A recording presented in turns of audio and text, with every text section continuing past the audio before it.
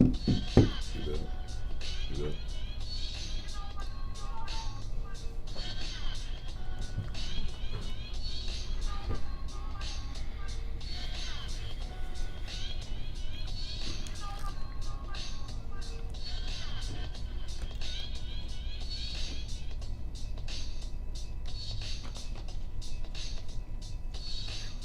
What's going on, good people? Welcome to this Friday edition of I Said What I Said. We get together right here each and every Monday, Wednesday, Friday, 1 p.m. Central Time to discuss the issues of the black community, how these things are impacting us as individuals, also how they impact us as a collective. Again, this is I Said What I Said. Thank you all so much for choosing to be a part of this conversation. If you want to call in, you feel free to do so. The telephone number here is 872-259-7474, 872-259-7474. We will open the phone lines at 1:30. So be ready with your calls, your comments. At 1:30, we will open the phone lines, 872-259-7474. Again, this is I Said What I Said. Toussaint Warner, Herb Howard here with you till 3 o'clock each and every Monday, Wednesday, and Friday right here on the Maze Jackson page. What's in it for the black people media? Thank y'all so much for choosing to be a part of the conversation. As always, your input is valued. It is appreciated. So if you want to leave your comments as we go through, you can leave them on the Facebook page or you can give us a call. Either way, we will get through as many comments as we possibly can. Got a lot of cool things going on for a conversation for you guys today.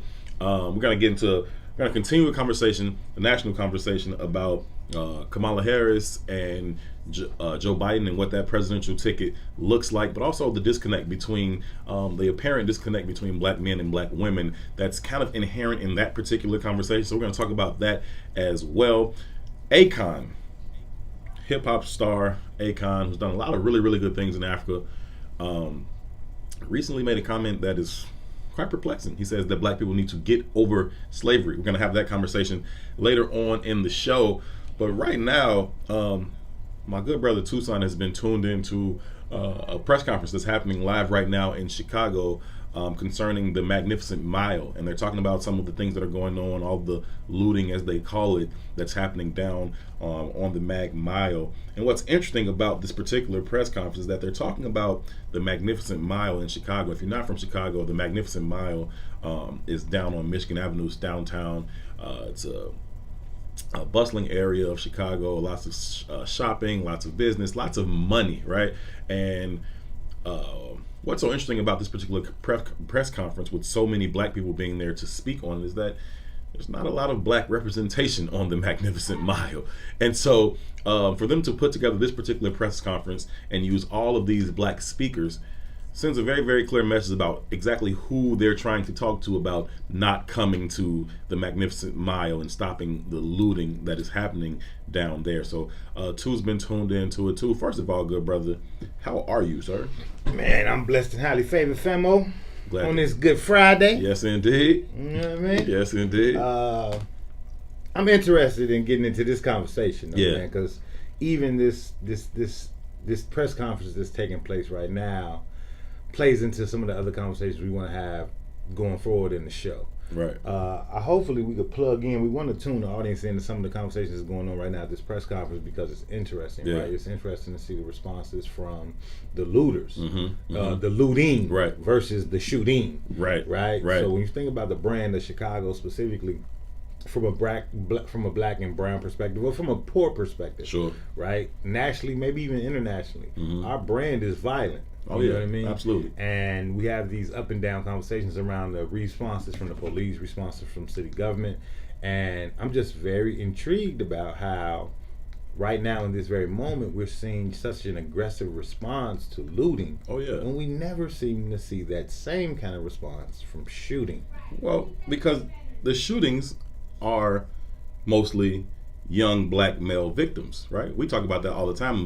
There's no humanity inherent in being a black male, right? So the shootings of black males, that's not an epidemic or anything that we need to stop, right? But you're talking about broken glass and stolen merchandise. Now we have a problem, and we need all of the black speakers to come and tell these black people to stop breaking glass and stealing merchandise. Broken glass. Go back down there and keep killing each other. Just don't come down here and break no fucking glass and steal shit. Well, it lets you know where you are, right? And this is one of the arguments I've continually had since we've been doing any kind of show, right? We got to understand what it means to be black in America, and I don't think we do, right? But we if we're paying attention, we can see it clearly right now, right? The South Side and the West Side are the plantation, right? You're on the field; those are the fields, right? And downtown is representative of the plantation, right? When they pull those bridges up, because they don't want you down there, right? So when you think about like South Africa, right? And when we think about South Africa in regards to like apartheid, right? There's black people everywhere, sure, right? But they were only allowed into the city for certain time periods to do work, and then they had to go back to the outskirts where they lived, right? They lived all in it was like barriers around the outskirts of South Africa, right. all the shanty towns. That's what they call them, shanty towns, right? So when you think about South Holland, when you think about Harvey, shanty you towns. Think about how black people have kind of migrated to those places, and how we're being further and further pushed out to them places, and the city's going to be all white, and you're not going to be allowed in, and that's not a hypothetical at this point. No, it's legit. They raised the bridges because they don't want your ass to be able to move in and out. There's another conversation that we're going to get into later on as well, a local conversation in Chicago. If you're from Chicago, you know about the Herald's on 87th Street. It is now closed because they have been pushed out financially too. So that's a part of the same conversation. But right now, the new police superintendent is speaking live at that press conference. We're going to go out there, but let's first say what's up to the one and only Miss Sonia Escobar. Esco, what's going on, love? Hey guys, I'm feeling great. You good? Yeah, breaking news.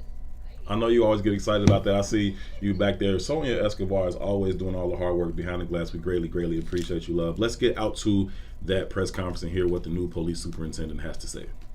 We've had a social media effort in looking at open source. As far as aldermen, I do see a few here. A couple of other aldermen like That's Lori. Mayor Lori Lightfoot. They like to be part of the Lil Lawrence. Right. this weekend with the On stone, on stone, on stone. I see this coalition, but there are other voices that would like to be a part. I mean, obviously we can't invite the entirety of the people that we've been in contact with in discussions with this week. We do try to adhere to social distancing, and we've reached out to a range of different partners across the city. Of course, elected officials, of course, members of the faith community, business community, and just individuals who want to stand up and do support. We can't invite the entirety of these people down here for a press conference, but I think we've got a great representative sample here. You asked me about the Dan Ryan event, and I will defer to the superintendent and representative from the state police. Look, I have great concerns about it. I always have great concerns when we talk about putting people on a busy expressway. What's the plan? How are we going to account for emergency vehicles that normally would be traveling on that? What are we doing in terms of the diversion of traffic? And to be quite candid, I'm also concerned, given the fact that we have some people within the coalition of people that are proposing to go on to Dan Ryan who have justified the looting. That is the wrong narrative and the wrong optic ever, but particularly I It's think not challenging in this time. The state She's saying like show. state police has taken a lead on the discussions with these folks because I know what you're trying to say. are the domain of the state police. Obviously, our folks. It's not up. We don't have the visual. First Deputy Carter have been in consultation with the state police. I've had numerous conversations with the governor about this issue, but I have great concerns about allowing anyone ever to get on expressways, particularly at this time. It's a significant drain of police resources. Even though we don't have primary jurisdiction over the expressway, we have to be there. And particularly, as I understand it, they're planning to come down to Grand Park. That is our jurisdiction.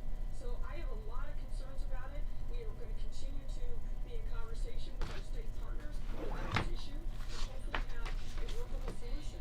We of course support peaceful protests and assembly, always.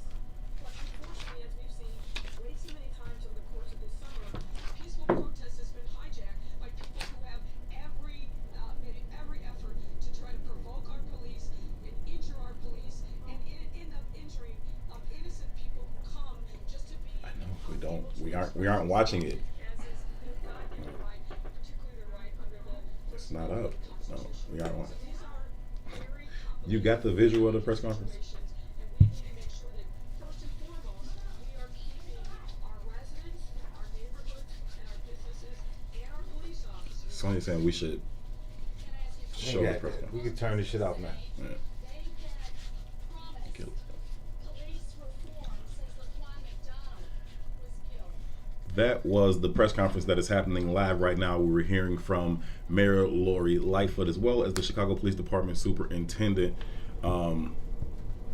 as they were, doing the press conference speaking about the looting, right? And as Tucson says, there seems to be a greater concern over the looting than there is about the death and murders that we see plaguing the city right now. And I think that it's when you're having a conversation about killing black people, that's one thing. But if you're going to have a conversation about destroying white people's property or stealing their merchandise, then that is something where the mayor needs to come out and talk about. The police and superintendent needs to come out and talk about. They need to find every black preacher that they can find, every black community leader and organizer that they can find to come talk to and say, hey, please stop breaking our glass and stealing our shit. Please go back to the South and West Side and finish killing yourselves. That's cool. Just don't come down here with it.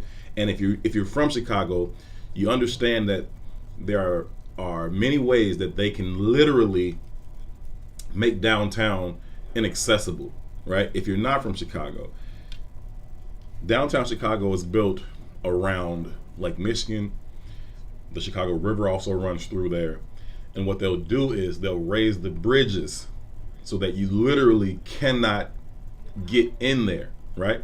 They'll use police cars and trucks. They'll use the garbage trucks. They'll use the salt trucks to block off the main entry points into downtown. And literally, they'll make it to where you can't get in there. I literally had to ask the national. They had the National Guard here about a month or two ago, and they did the same thing there where they made downtown inaccessible. And I literally had to pull up to the National Guard and say, hey, I need to get to work. Like I was 20 minutes late for my show one day because I couldn't get into downtown. And so finally I was like, listen, I need to get in there. And they moved the trucks out of the way and let me go once they were convinced that I actually had business downtown, right? And it's something that they can do. They do it effectively. They do it often. And now you have all these people coming out talking about blocking off the Mag Mile. So,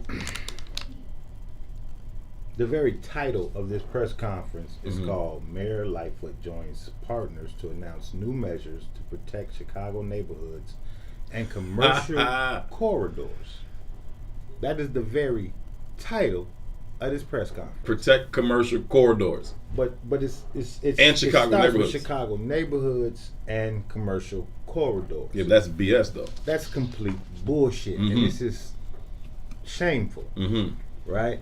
So, after the murder of George Floyd, we all witnessed downtown go up in a flame, right? But if you're from here, or if you know the dynamics of downtown going up in a flame, that mostly wasn't Chicago residents. No. Right? There's police record of that. You know what I mean? And outside of was it not only Chicago residents, it really wasn't black people. No. Even though it was a response to the murder of George Floyd. Right? Now, when that energy matriculated into the neighborhoods, those were young black people. Now, they didn't go up in flames. Well, some of it did. But if you know, if you're in the know, you know that was mostly responses to insurance claims for the people who already owned them properties. Now, the looting, that was us. I'll own that. We'll own that. We'll take that business. We'll take that. We'll own that, right? So if you had a sneaker store, or if you had a liquor store, or if you had some hair weave, we wouldn't have got that. We come to get that, right? We come to get that. That was us. We'll own that. But I live in them neighborhoods. You live in them neighborhoods. Absolutely. I witnessed that taking place, and the police stood by and watched it happen. And I'm not angry at the police standing by and watching it happen. I don't have a perspective on that, right? I understand that was an opportunistic moment, but it was also an opportunistic moment that was based on a lifetime of lack. Sure. It was based on being a caste system since our entrance into the American fold. Sure. You understand what I'm saying? Sure. So I'm empathetic to that. But I have an extreme problem when a mayor that's there because of representation. This is the same bullshit conversation with Kamala Harris. We have this very, very, very, very immature understanding of politics. Now, I knew Lori Lightfoot before she was elected mayor, right? She was an asshole, right? Let's keep it a buck. You know what I mean? Now, the vast majority of the black populace in Chicago did not know Lori Lightfoot. Okay. Right? If we do the math and we go back to that election cycle, Willie Wilson won every black ward. Absolutely. Right? Absolutely. Nobody black was voting for Lori Lightfoot. No. Now, when she won the primaries because of that LBGTQ. Yeah, she dominated the North Shore. She dominated the North Shore. But I just want us to, from a black perspective, how immature our understanding of politics is and how we end up fucking ourselves by being this lazy. Right? So once she won the primaries, we all jumped behind her. Sure. Under the same auspices of representation. Sure. I.e. black woman. Sure. Right? I.e. celebrate this historic event. I.e. Kamala Harris. Right. Celebrate this historic event. Right? Even though it don't really mean shit for us. Now, we can't control the city that she inherited. Right? I'm not going to put that this all on her. on her. Right? Because racism has been here since the beginning of time, and everything that is happening in this very moment is a response to the racist nature of being black in America. Right? But my problem in this moment, and my problem with Kamala Harris, and my problem with most black people in the position of power, is that they're old and their alignment is not to the people. It is to capital. And capital is what sustains white supremacy. It's an ignorant construct for us to fully invest in that theory. Yeah. Right? Yeah. So when we see downtown go up in the, and not even in the blaze, but when we see the looting happen for the second time, right? Her response, and they've created a task force to find looters. Yeah. Right? But just 2 weeks ago? Let's go back even further than I was going to talk about how many young youth murders we've experienced in the last couple of weeks, Sure. right? And we've not seen a new task force for that. No. Right? But this is what gets interesting to me, is that there was a funeral that was shot up a few weeks ago. Yeah. Right? On 79th and Cottage. Right. Neighbors in the Inglewood area expected that to happen. Right. Right? They expected that to happen. They alerted the mayor. They alerted the police department. And it still happened. Still happened. It still happened because the police had no follow through. Right. Right? Right. No follow through. Right. Who gives a shit? Who gives a shit? Who gives a shit? Just don't come down here breaking glass. Just don't come steal this Gucci purse. Right. Right? Right. They have no value for your lives. So I ask anybody who's willing to answer this for me. What is the value of black representation when they don't go in under the auspices of a black cause? What's the value? They just dark-skinned white folks. What's the value? Help me. Anybody that can answer that question, I'm so open to learn. We're going to open the phone lines in about 12 minutes at 1:30, 872-259-7474. If you would like to join the conversation, as always, your input is valued. It is appreciated. 872-259-7474. You can also leave your comments right on the Mace Jackson Facebook page. This is I Said What I Said. Herb Howard, Toussaint Warner here with you on What's in It for the Black People Media every Monday, Wednesday, Friday, 1 p.m. to 3 p.m. We will be right back after this. That's a real question, bro. That's a real question. What's happening to everybody out there on the Facebook page? Appreciate y'all tuning in. Appreciate y'all choosing to hang out with us this afternoon. Hope y'all enjoying y'all Friday. Hope y'all off to a rousing start. What y'all got planned for the weekend? Is the music translating into the page, or are we just hearing this? No, I think it's playing. I don't know. It's a good question. I gotta ask Esco. Do y'all hear that music? Yeah, this is interesting, man. Like, we gotta really start asking ourselves, what's the fucking value of black representation if they just gonna If they not representing us. Yeah, they're just gonna continue to carry the torch of whiteness. What the fuck is it's the value black. of that shit? It's not black representation. It's black symbolism. It look black, but it ain't representative of us at all.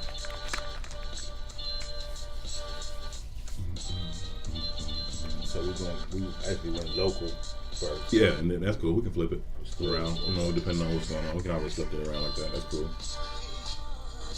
At least until we start like selling the hours. How do we don't never know we get calls, do we? Wasn't the line's not open yet? You don't know how to pull this up, do you? No, that's what I was trying to do. So I can pull it up and look, because that way I can even see the feed, which also helps me. But for whatever reason, I'm not able to.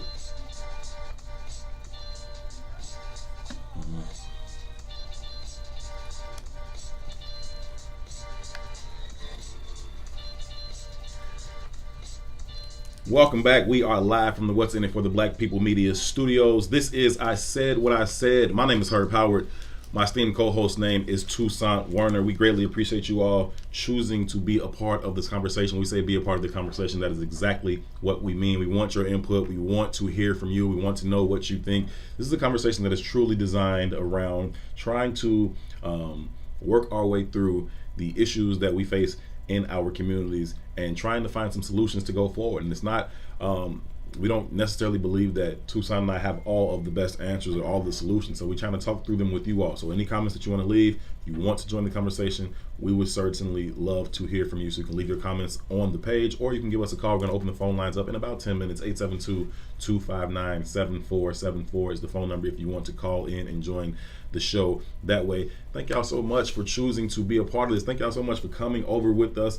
Huge shout out to What's in It for the Black People Media. Shout out to Mace Jackson, the whole entire team over here for welcoming us with open arms and for wanting us to be a part of what's going on over here. It's absolutely phenomenal things that are taking place over here right now. And we're absolutely thrilled to be a part of the What's in It for the Black People family. Thank y'all so much for tuning in on the page. Thank y'all so much for listening. Thank you all so much for the gold stars. If you want to continue to support the show, we greatly appreciate that as well. You can click the gold stars, and that is a way that you can support the show as well, and we greatly appreciate that. Toussaint usually keeps a running log of all of your contributions and your support to the show, so we'll be shouting you guys out for those and thanking you really more than anything for your support of the show. So again, this is I Said What I Said. If this is your first time tuning in, it's a real unapologetic show, right? We call it I Said What I Said for a reason, because we say things that a lot of people would kind of label as radical, or maybe some people may call them extreme, or whatever it is, but we just don't feel like there's a lot of time to be, politically correct or to tiptoe around these issues. We got to get right to them. And so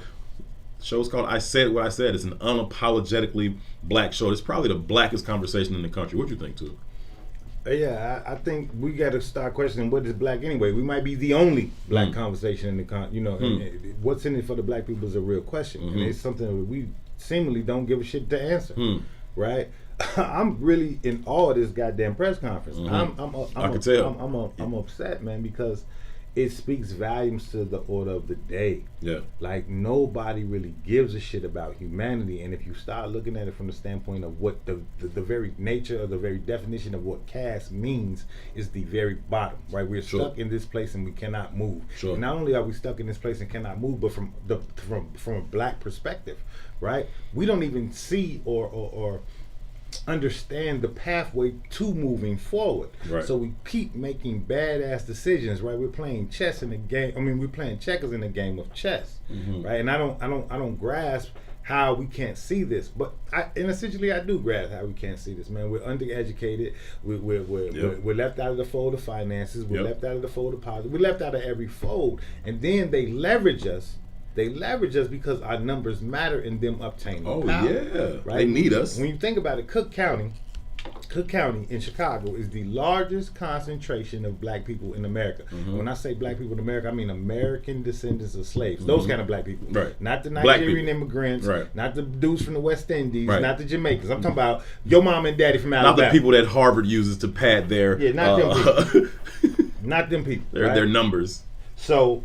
What when you think of it like that, Cook County is the largest concentration of native-born black people in America. Sure. Right? So when you think about it, when you really do the research, when you really do the history, most black movements either gain steam or grow up out of this city. They really do. Right? This is the last black bastion. It really is. Facts. Right? Now, it's twofold, right? When you start looking at the way the city has been divided and segregated, we don't reap any benefits because of the way it's designed. But we don't reap any financial benefits. Let's say that any resource benefits. True. But there are other benefits that we do reap just because of the very nature of the design, right? The very nature of the design allows us to kind of maintain a culture. it allows us to kind of have an ode to blackness that in reality that you probably won't see in most other black communities in other cities because it's not sustained by anything. Right. But what I'm starting to see now in this last 20 years is that we're starting to lose that understanding of our history. We're starting to lose that understanding of our culture. And what you start to see is that we are also losing our ability to navigate and obtain power, even in the city where we have the large populace. Right, where you think we would be able to do that. And we're losing that because mentally we've disconnected from blackness. And when I said that Lori Life was just a dark-skinned white woman, in essence, man, the black community is just becoming a bunch of dark-skinned white people. We start to view the world from the same lens that they're viewing the world from, and we don't have the same access. Right. That's insanity, man. Right. That's extremely stupid. So when you say representation matters, what part of that representation matters? Skin color? Are we just colorists at this point? Yeah. Cause in regards to thought, cause what's black? What's black? Black ain't shit right now. Obviously, it's not. Right. It has no bearing even in our own households. Right. Which is why we get the responses that we get. Right. Right. Right. When we start thinking about, I often leverage Harold Washington State when he said, "Take the chicken but vote for Harold." Right. That was a statement he made in regards to Jane Byrne. Jane Byrne was giving away free chicken. Right? And we know how black people love some damn chicken. They show up. Right? So Harold said, man, take her fucking chicken. Eat the chicken. Eat the chicken. But vote for Harold. Vote for Harold. Problem now is they show up with the fucking chicken. We eat the chicken and vote for the goddamn chicken. Yeah. Yeah. That shit is insane. Yeah. I mean, we know every 4 years some different politician wants to pop up, and you know they've called us several times to, you know, organize this community thing, or, you know, they want to come to a place like Josephine's or something and say, okay, well, we'll come here and we want to sit down and want to talk and want to hear your voices and hear you. You don't want shit. Like you want our vote. Like that's what you want. And you come down here, buy us a tray of chicken, and we might throw our support behind you, which is BS, because it doesn't require anything of them. It doesn't come with any ask. It doesn't come with any particular demand for what it is that we want. And I think that until we're able to clearly identify what it is that we want, then we aren't ever going to get it. We aren't even sure about who we are in terms of our own identity. We don't have an agreed upon collective identity that will then allow us to say, okay, this is who we are. Here's what we want. Here's how we're going to go about getting it. And here's what we're going to do if you don't give us what we want. And, you know, we can't possibly get to that, you know, that fourth phase of being threatening, that fourth phase of having an ability to deliver a sufficient enough consequence if we don't even know who we are. And we can't figure out who we are because we're steady trying to be someone else. We're steady trying to assimilate into a culture that has, for over 400 years, told us, we don't want you in this motherfucker. We don't want you to be a part of what we're doing here. We needed y'all to build it. We don't really want y'all to be a part of it. We aren't going to allow you any access into it. We aren't going to allow you the freedom to move upwardly or any type of mobility to sustain yourselves, right? But the natural solution would then seem to me to be look inside, look inward, and be our own solutions. Build our own communities, work with each other, and stop trying to assimilate to their culture. Stop trying to be like them. But that's kind of how we find ourselves moving. And you see that same type of thing from the people in positions of leadership. When you talk about that type of representation, they aren't really speaking for us, because who the hell are we, right? And who speaking for who? Like, what is it that you exactly want? We spend so much time worried about, you know, how things look, how things sound, and those types of emotional type responses, as opposed to thinking about things intellectually. So, oh, that's a black woman, she got to be good for us. Never mind, Kamala Harris's record is as anti-black as any white person you can find, right? That don't matter. She's a black woman. She's making history. Let's throw our full support behind her. That's bullshit. We aren't going to get anything out of that, right? And this is not to say don't vote for them or vote for this person. I'm not making a political declaration here in any way, shape, or form. But it is to say, why don't we start to think about this thing intellectually and start to figure out what is really in it for the black people? And if there's nothing in it for us, then we need to withdraw from it and say, fuck it. But we are constantly constantly trying to seek somebody's approval, seek someone's acceptance, and it takes us further and further and further away from who we are. You always give it that the coffee analogy about all the sugar and cream and shit. By the time you get done putting so much damn sugar and cream in it, it ain't coffee no more, right? It's not the same. And that's the same thing that's happening with black people. We're spending so much time putting so much sugar and cream into our shit that we ain't black no more. Nobody even knows how to find our way back to that space. And when you have that conversation with people, everybody's like looking at you like you're crazy because you aren't so ready to assimilate into white culture and into white spaces in the way that they are. And I think that, to be honest with you too, I don't know how to get back to that space. I don't know how to get back to that space as a collective. And unfortunately, well, not unfortunately, because it's an absolutely necessary thing. When you talk about, I said what I said. When you talk about what's in it for the black people media, oftentimes we're preaching to the choir, right? Generally speaking, almost everyone who's tuned into I Said What I Said is aware that there are problems in the black community, and in some way, shape, or form, they're actively engaged in trying to find some solutions for those problems. And so I don't know how to get what we know in this particular conversation out to the masses, right? And so there's nothing wrong with preaching to the choir. It's absolutely necessary. The choir needs to be on one accord. But then how do we take the information and the knowledge and the perspective that the choir has and disseminate that out to the rest of the congregation? That is where we find ourselves right now, and there's so much opposition to it. For me, it's bigger than just preaching to the choir. Mm-hmm. For me, it's like understanding the difference between a cycle and a continuum, right? A cycle is circular, Sure. right? It keeps you gonna hit every point in that cycle over and over and over and over and over again. Sure. We're in a cycle. Mm-hmm. We need to be on a continuum because a continuum represents growth. Mm-hmm. In a continuum, you're gonna meet different points, Sure. and you're gonna change, and you're Sure. gonna grow and evolve. Sure. Right? I think the conversation needs to be grown up. I think the conversation needs to be elevating, and I think the conversation needs to evolve.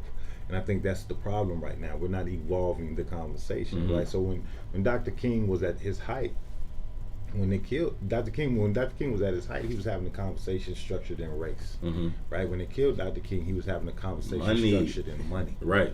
right? Right. That, okay, you can talk You that can talk that black all shit. you want. Don't But talk the this minute economics you start stuff. talking this money shit, you up out of here, fam. Right. Right? Right. And what happens in America, what's happening right now is that wealth is being calcified, right? And we are in the greatest wealth disparity in American history. And that's even if you include slavery. We talked about this last time, right?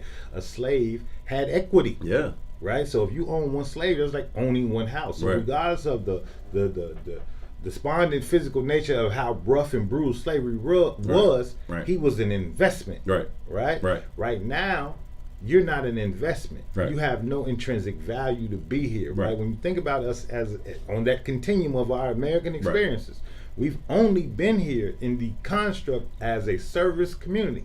That's it. Right? We're moving into the fourth industrial age. Right? We're moving into that fourth industrial age, which says that there's no longer a need for a service class. Why? Because we have computers that can do that. Right. Right? This is not no theory. This shit is happening real. in our face. Right. Right? That's why you have a self-checkout lane. Right. Right? Right. Self-checkout. Right. You're doing the goddamn work yourself. Right. Right? Right. You Uber. Right. We don't have cab companies. Uber, you gonna use your fucking car. Right. Right? Right. So the ATM. ATMs, We don't yep. need a fucking bank Nah, no more. it's We just one need- teller, it's maybe. One teller, right. And we got 18,000 new banks. Right. Right? Right. So there's no need for that service class of people anymore. So if we don't have that value set, Then I can kill you. then what is your value? Derek Chauvin would have, if he had killed George Floyd, a black man of that size during slavery, he would have had to answer the master about that, right? You just killed one of my greatest assets, right? But now George Floyd ain't even an asset no more. So nobody gives a fuck that you choked him to death in the middle of the street in broad daylight. You couldn't have done that to him during slavery. Now you can beat him and train him and make sure he do what you say, but you ain't finna kill my asset, right? And so, Or you'd have to pay for it. right, You'd, right. you'd have to pay for it. There has to be some repentance to It's my property. This is my property. Right. There's a value there. Yeah. Now George Floyd has no value, right? And here's another conversation, and we don't really want to jump into this because you get seen as xenophobic. Sure. Right? But in regards to like, you know, we're gonna get into this Akon conversation a little bit later. But in regards to like every other immigrant group, right? Let's be clear about this shit, man. Let's be clear. We're bordered by Canada and Mexico. You can jump a fucking gate to get here from Canada and Mexico. Yeah. But if you're not jumping the fucking gate, you crossing an ocean. Poor people ain't crossing no motherfucking oceans, Be fam. clear. Right. Think about the people in your community. How many of them got passports? How many of them seen the other side of that ocean? Right. How many Or of them seen the ocean. Right. We in Chicago. How many of us have seen an ocean? Right. Right. Right. So the construct, when you group us all in together, we're not all having the same experience. Right. So in that context, slavery does matter. It still has an impact. And what we got to understand is poverty is legislated, just like wealth. Yeah. Right. So we have this very immature ass version of how we elect our elected officials. Sure. We're going to continually get raped. And what we're seeing right now, what Lori Lightfoot is showing us right now in our face, is that capital is more important than your children. Oh, no doubt. It's Gucci, Louis Vuitton is more important than your children. Yes. We're not holding no emergency press conferences about the violence. Right? We're not holding no emergency press conferences about that, where we're bringing out the top cop and the mayor and everybody else that we can bring to talk to black people about the magnificent mile where we are not represented there in any way, shape, or form. But y'all coming down here and y'all stealing our fucking purses and y'all breaking our glass. That's a problem, right? My little cousin got murdered on 79th Street Sunday night. Nobody gives a fuck about that. Did it make the news in any way? Hell no. Right. Nobody gives a fuck about that, right? But the trauma is real. Now, I can't drive past fucking Jackson Park without seeing the fucking car that my little cousin just died in parked in the fucking driveway right there at Jackson Park, because that's where his friends tried to pull up to, right? And when I got to the hospital, the car's still sitting. They got the red tape around it. My cousin's blood is all in the front seat. Now, I'm fucking traumatized. I've lived over there my whole entire life, but now I can't, and I still live there. My fucking house is literally right behind. It's right behind Jackson Park. But now I can see from my house the place where this car was parked in, where my little, like, nope. But that doesn't matter. That doesn't register. Nobody gives a shit about that. But you break this damn glass downtown, we are going to have a problem. We're going to keep you out of here. We're going to get rid of you. You have no value. You have no place. You have no purpose. We don't give a shit if you die. Just don't bring your ass down here fucking with our stuff, because our stuff is more important than your people. Yeah, man. What the ruling class of black people has really become like the Uncle Ruckuses of the black community. Big facts. Right. It's like a very plantation ethics. Right. As long as we sick boss, as long as we keep massa happy, they're good. Tell them about the gun line, boss. And that's cool. Right. But the problem with that is that us as a populace, we've accepted it too. Not only have we accepted it, now we're championing it. Yes. Right? Yes. Therein lies the difference. Yes. Right? And that's based on a conversation you was bringing into the fold earlier about us not having an identity. So on Inglewood or in South Shore or in Washington Park, the theory and the concept and the structure of most of those lives are all predicated by how much capital, or the value of those lives are all predicated by how much capital they can insure. Absolutely. Right? And you've been left out of the conversation. But your whole existence is predicated on this value asset, right? And because your whole experience and your whole existence is predicated on that value asset, you've accepted that as the essence of your being. And that is not the essence of your being. No. Right? And because we accept that shit, we honor it. So we champion the Jay-Z. We champion any political office, right? So, and let's do the fucking math. To be in the top 1% of black earners in America, you need $120,000. Right. What about the lowest rung of elected officials in the city of Chicago is aldermen. Right. And how much money do they make? About that? About $120,000 a year. So to think that they're going to jeopardize being in that top 1% to make sure that you're okay. To represent your interests? To represent your interests is almost foolish. But from our vantage point, we have to force their hand. Exactly. We have to force their hand. And you cannot force their hand from a position of ignorance. No. Right? Because you're cheering when they're shitting on you. Right. Because you don't understand the difference. Right. Right? And we got to get up out of that. I'm at a loss because right now, I said the other day that social media is like a modicum of thought. It's a modicum of how the world operates. And what you start to see is that how prevalent and how powerful ignorance really is. We often use the conversation or the quote from Neely Fuller on the show that until you fully Let's get it. understand white supremacy, everything you think you understand will only confuse you. Absolutely. And what I've seen or what I'm seeing is that the vast majority of us Are confused. are extremely confused. Mm-hmm. Extremely confused. Mm-hmm. Mm-hmm. Right? And I'm struggling on how to get beyond that because, you know, America leverages attrition in every fight they have, right? It's not really strategic. It's just they throw a whole bunch of shit at it until it sticks. Yeah. Right? Yeah. But from a standpoint of being a minority population, you don't have the resources to throw a whole bunch of shit at something. No, you don't. Right? You I'd don't. love to throw a whole bunch of money into this conversation and everybody listen. It'd be beautiful. Right? But we don't have that. So Right. what we got to do is leverage strategy. And part of strategy is a unified group. Right? So part of our strategy has to be a unified understanding of the group dynamic. Right. And I don't know how we even get to that part of it. So sometimes this becomes a very daunting and hopeless experience. Mm-hmm.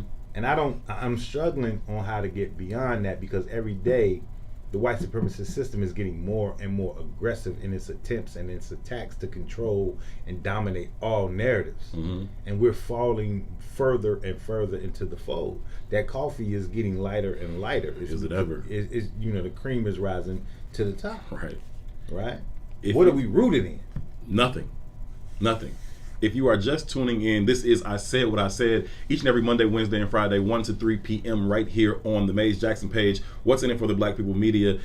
We will be bringing the blackest conversation in the country to you, and thank you so much for being a part of it. My name is Herb Howard. His name is Tucson Warner. If you want to join the conversation, feel free to do so. 872-259-7474, 872-259-7474. The phone lines are open. As always, your input is valued. It is certainly appreciated. Everyone watching it on the Facebook page, we see you all as well. Thank you all so much for tuning in. Going to get to some of those comments as well as we go through the show. And thank you all so much for continuing to support, not only by listening, not only by spreading the word, because we greatly appreciate that. We obviously wouldn't be here without you all tuning in and sharing and letting people know about the conversation. So please continue to spread this conversation. It is our hope to bring in as many like-minded individuals into this conversation as possible. Again, like-minded not meaning that we're always going to agree. Like-minded simply meaning that we are all aware that there are some problems in the black community and we are all actively engaged in coming up with some solutions for it. So as many like-minded people as possible to be a part of this conversation, we feel like that's going to give us the best opportunity to reach some of the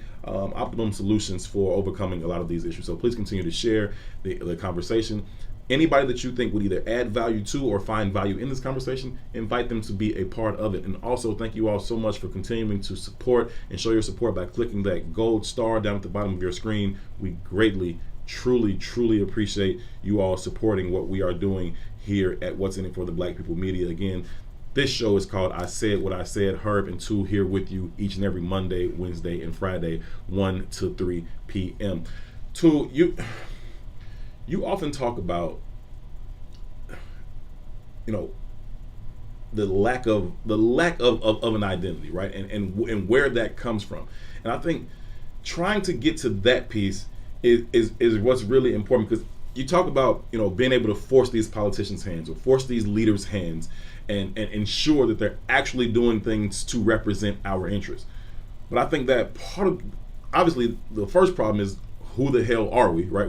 To even say what our interest is, who are we? But I think that we oftentimes are so emotional in our responses, and we're trying to change people's minds. And I don't want Donald Trump to talk this way, and I don't want him to think this way, and I don't want these extreme racist people to act this way. Listen, I don't care what they think, right? I don't really care I really don't give a damn what they say, right? I care how you behave. How are you acting? How are you treating me? And that is what we need to be able to deliver sufficient enough consequences for. If you've been around the I Said What I Said conversation, you've heard me make this analogy several times. For me, when you talk about being able to deliver a sufficient enough consequence, it's like dealing with a teenage child, right?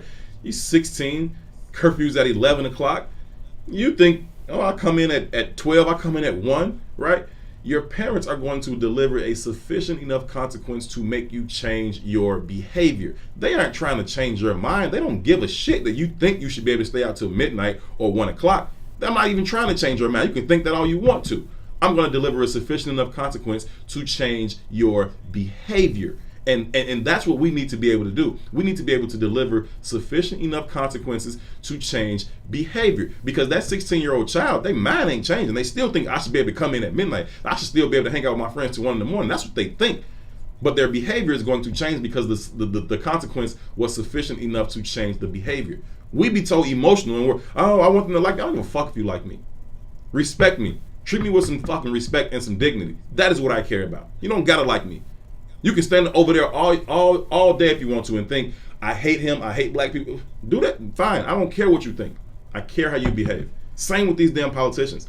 I don't really care what your true motives are.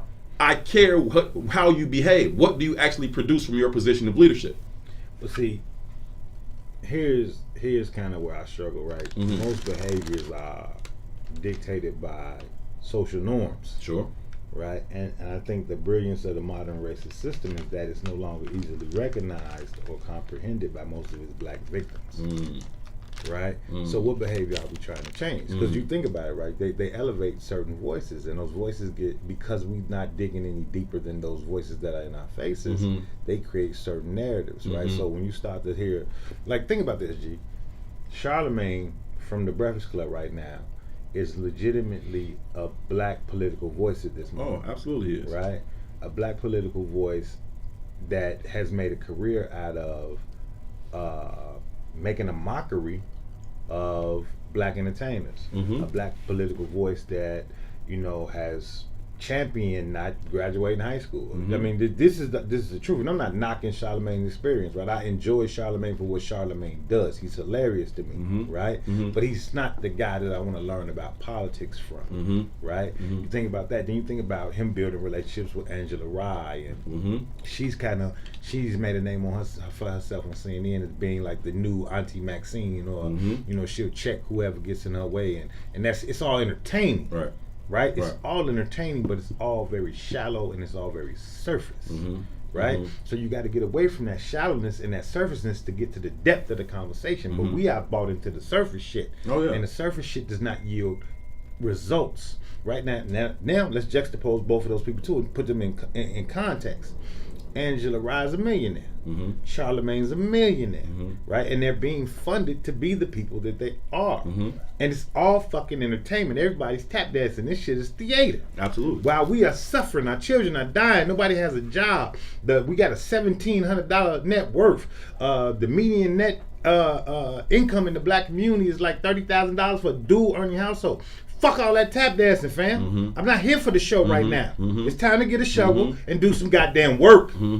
You cannot be afraid of the work part of this process. It is necessary. Yeah. You don't work, you don't fucking eat. And right now, we are starving. Say that. We got to grow the fuck up, man. Say that. We are going to take a break. When we come back to, I want to get into, dig a little bit deeper, a little deeper than the surface on what essentially amounts to a black institution. The Heralds on 87th Street. If you're from Chicago, you know about the Heralds on 87th Street. If you are not from Chicago, you still probably know something about Heralds in Chicago. Widely regarded as the best Heralds in Chicago, because they are not all the same.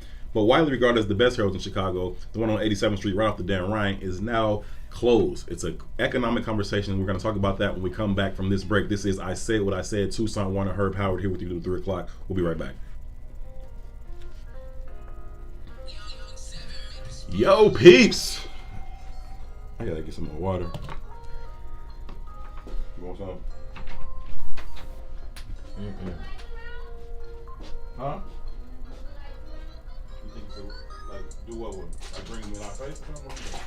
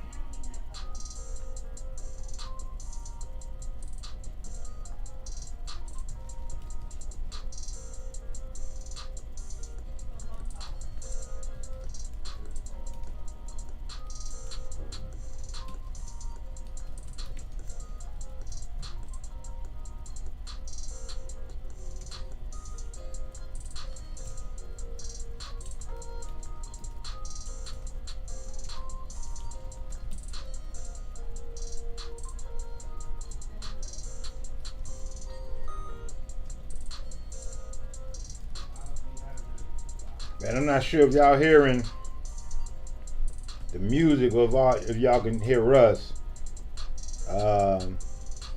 We appreciate y'all rocking with us, man.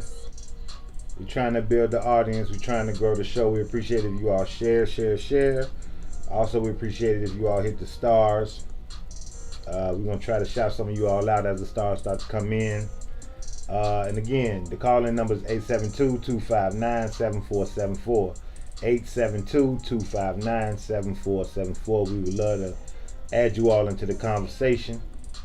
I'm looking at the comments right now on the social media feed, and Gio has a lot to say. Call in, homie. Let's talk about it. Jeff.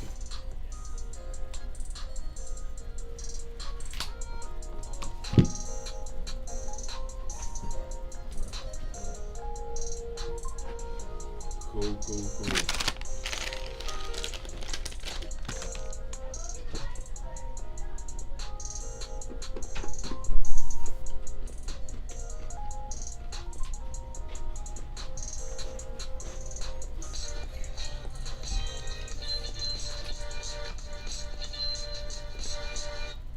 We got to turn these numbers up, dude. We get less numbers here now than we was on our Mm-hmm. What's up, good people? You're listening to I Said What I Said with Tucson Warner and Herb Howard live on What's You gonna move into the Herald's joint? Wednesday, Yeah. 1 p.m. to 3 p.m.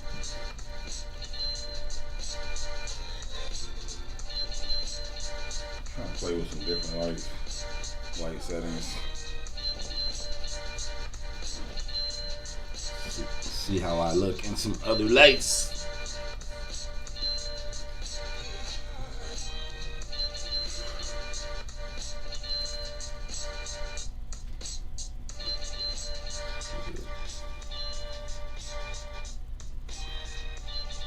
Welcome back. We are live from the What's in It for the Black People Media Studios. This is I Said What I Said. Tucson Warner, Herb Howard here with you each and every Monday, Wednesday, and Friday, 1 to 3 p.m. Thank you all so much for choosing to be a part of the conversation. Please continue to share the conversation, bring in more and more people to be a part of the blackest conversation in the country.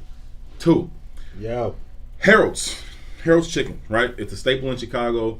You hear about it all over places. You go out of town, say you're from Chicago. Is Harold's Chicken really that good? I love them chickens in the background. That's Esco, man. Esco is the best. Shout out to Sonia Escobar doing what she does always.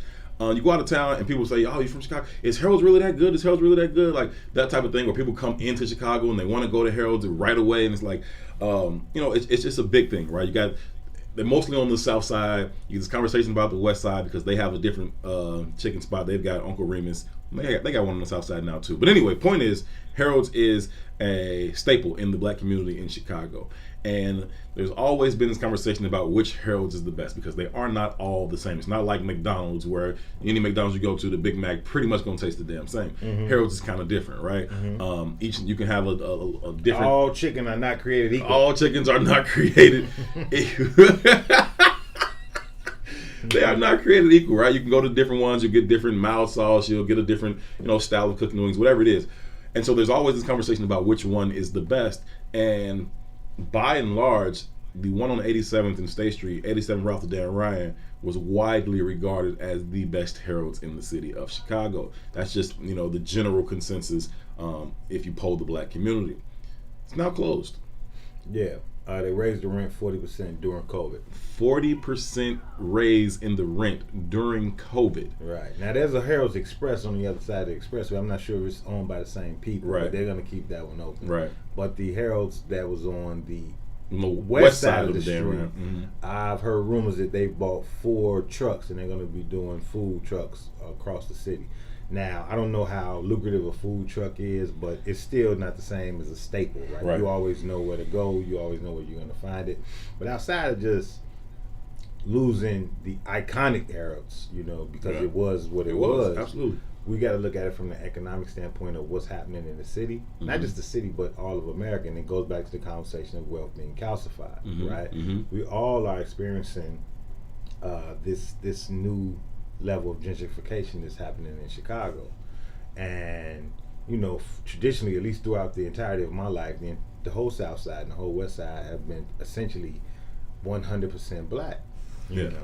But those are very large swaths of land, and they have access that's needed for the new populations and the new communities, that land is very valuable, right? That Harold specifically, the Harold's we talking about, right? It's right off the expressway. So I don't live in that area, Right. but when I want Harold's, that's where I go. I jump right on the expressway. it's easily right down there. accessible. It's easily Right. accessible. So as we lose our wealth positioning, right? Other people are coming in to buy those properties, and those properties are going to be turned into other things, right? So when we start even thinking about the looting, for example, right? Yeah, there'll be a Starbucks there next week.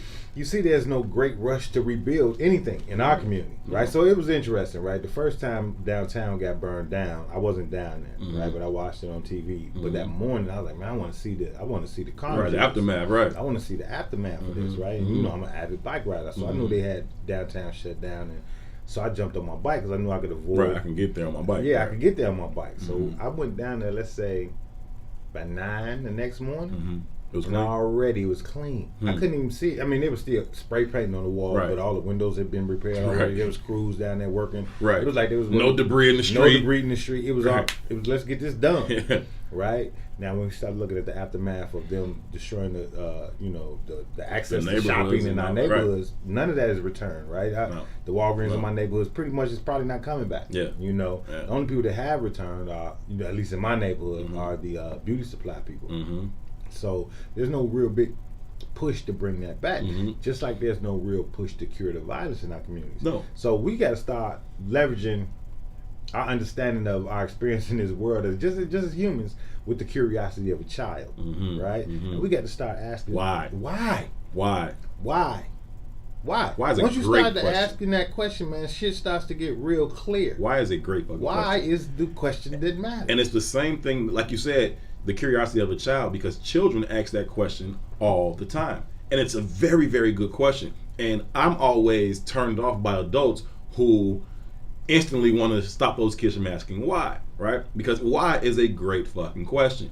But I think what happens is most times when children ask that question, the reason that they're shut down, and it becomes a conversation of because I said so, because I'm the adult, because I'm older than you. Well, that ain't really a good fucking reason, right? Why is the question, and you should be able to give them a good reason why. But we just say, oh, because I said so. And what happens is you become conditioned to stop asking why. You become conditioned to stop being so inquisitive about, things that don't make sense to you. And you become more accepting of bullshit. And it's just like, I don't need to ask why, right? Why are they getting rid of the Heralds on 87th Street? Nobody's gonna ask why, right? But if you ask why, you get the answer, right? They increased the rent 40% in the middle of an international pandemic, right? In the middle of a economic decline, right? And to do that is very, very clear, right? We don't fucking want you here, right? You don't raise people's rent 40% for any reason at any time unless you're saying, I don't fucking want you here. Period. This ain't even about, we have to raise it 10% because, expenses went up or this or that or keep up with the market. 40%. I don't fucking want you here. Get out, right? Get out. We do not want you here. And if you aren't from Chicago, that Heroes on 87th Street, it sits in a shopping center type of space where there are, you have large spaces, large chain stores like Home Depot or whatever. But you also have a lot of other, smaller local shops. Jewels, whatever. you got a couple like City Sports. You got a City Sports. You got another sneaker store. I knew it was cracking when Marshalls. Yeah. But here's the real. That big Toys R Us used to be there. It's not like the biggest that was fucking beauty supply. that was years ago Yeah. when Toys R Us was there. I knew that entire shopping center was in trouble and going to look completely different in the next few years as soon as I saw that damn Chipotle pop up right there. So, again, but that speaks volumes, though, right? Harold's is a cultural landmark, right? Well, capitalism don't really have a desire to undergird that. Yeah. Who cares, right? Right. When I can fuel or funnel a chain restaurant that's going to be able to fee or pay that $10,000 rent, right? So be clear, Harold's before that was paying a $7,000 a month rent. Right. They raised it to $10,000 a month. That's $120,000 a month in rent on 87th and the Dan Ryan. Right. Right, $10,000. When you start looking at the median income in that community, it's probably those 50 that are under the $30,000, right? So you're not accustomed to having even from a business perspective, those aren't the kind of rents that are attached to businesses in our communities. But capitalism is calcifying. This ain't your community no more. I worked on a study with a group one time, and they did the percentage of home ownership on the on the south and west sides of Chicago, and those are, like I said, predominantly black neighborhoods. They came back with a number, and don't quote me on this, I'm just going off what I heard from them, so I didn't research this myself. But the number they came back with was there was only like a 12% home ownership rate of those people in those communities. So when you think about it, even though we dominate the living spaces, we don't own that shit. No. Right? So just like any other negotiation, right? When a new negotiation comes, right? And I want to, because as a capitalist, what's the goal here? To continually make more and more money, right? So if I own this house in Inglewood, but I live in Bridgeport, well, when the prices go up and the property is valued at a different assessed at a different level, then get the fuck out of here. Period. I'm going to sell that to the highest bidder. Absolutely. Right? So now what happens? We lose history, we lose tradition, we lose culture, we lose community. And we're in the process, we're in that process right now. Right? And again, Chicago is the largest concentration of black people in all America. So any black movement has to kind of grow from here if it's going to be anything authentic about it. Right? That's why Oprah came here, man. That's why Farrakhan came here. They're not natives. Right? That's why Barack came here. There's a value asset to being your ass here. Say that. This is black America. Say that. This is it. Say that. Right? So when you get rid of that shit, what happens? What happens? Where's our value in the construct of what America is becoming? Because America ain't much for sentiment. Like Marlo told Andre in The Wire. Andre owed him the money.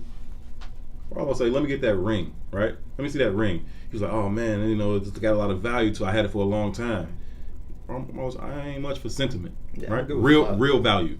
What is it really worth? I don't fuck what it means to you, right? And so they coming in and fuck what that Harold's means to you, right?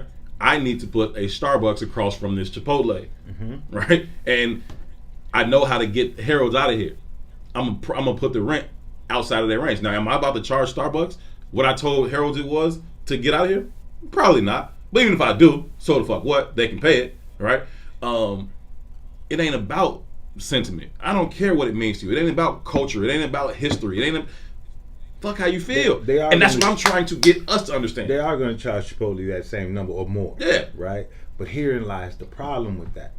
Black people represent 2% of the private sector. You dig deep into that, I'd almost argue that 75% of that 2% is probably African people, not black Americans. Right? So when you think of it from that standpoint, you are locked out of capital. Right. You're not in the game. You're not in the game. Right? So when they start to raise the prices that get in the game, that's why we locked out the game now. We can't afford to play the game. Think about New York, for example, or just the East Coast. Right. When you start thinking about black people that attend Ivy League schools, when you think about Ivy League schools in general, people who attend Ivy League schools, they're usually East Coast people.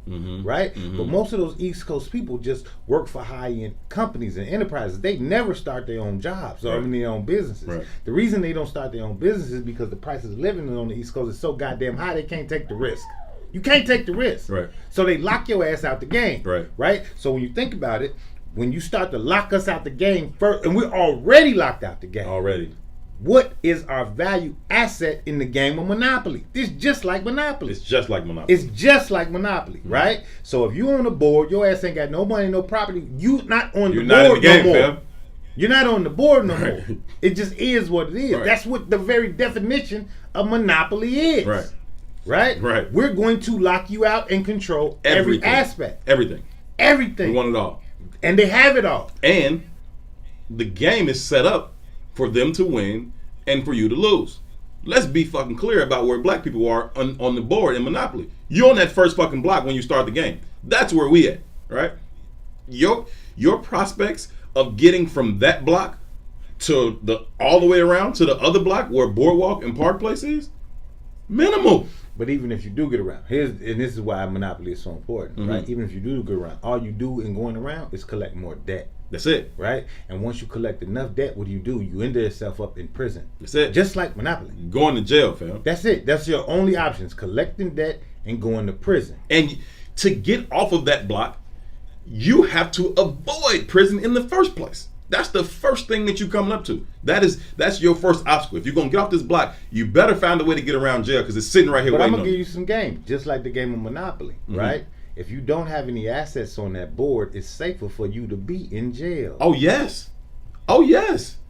It Life is easier for you in easier jail for you than in it is out jail. there because if you don't got shit, the world is fucking you over every single day. Every roll of the dice. At least you got 3 hots and a bed in there. At least you got 3 hots in the cot in jail. In there. You don't got that out here. You broke as hell out here. You owe everybody else on the board. You got to pay these taxes. You're going to land. Don't land right here. Don't land right here. Don't let me catch you on this block. Don't let me catch you on that corner because that will be the end for you, right? And the only way for you to even get some a little bit of assistance is for you to get your ass all the way around the fucking board.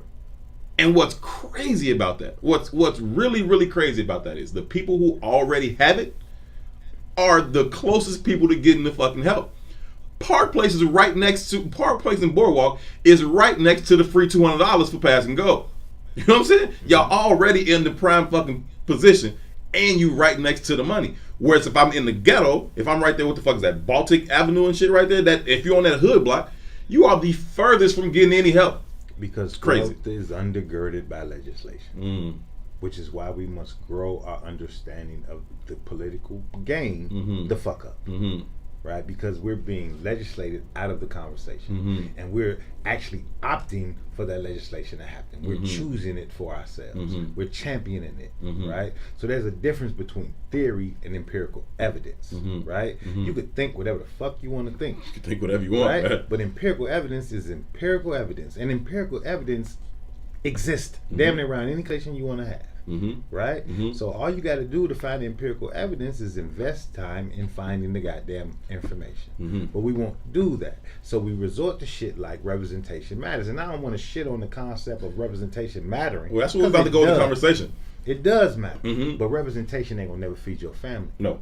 Representation ain't gonna never buy you a home. No. Right? Representation ain't gonna get your ass out of jail unless you are represented by the badge lawyer and not the motherfucker that look like you. We can paint Black Lives Matter on the Park Place block if you want.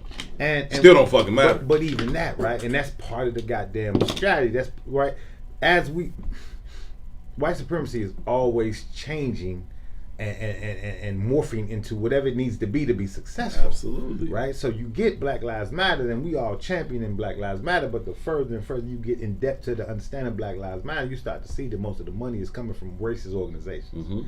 Right? You start to see that the leadership is engaged in very different kind of cultural behaviors than what normally happens in our households and in our communities. Right? So yeah, we champion this cause, we champion this moniker. Right.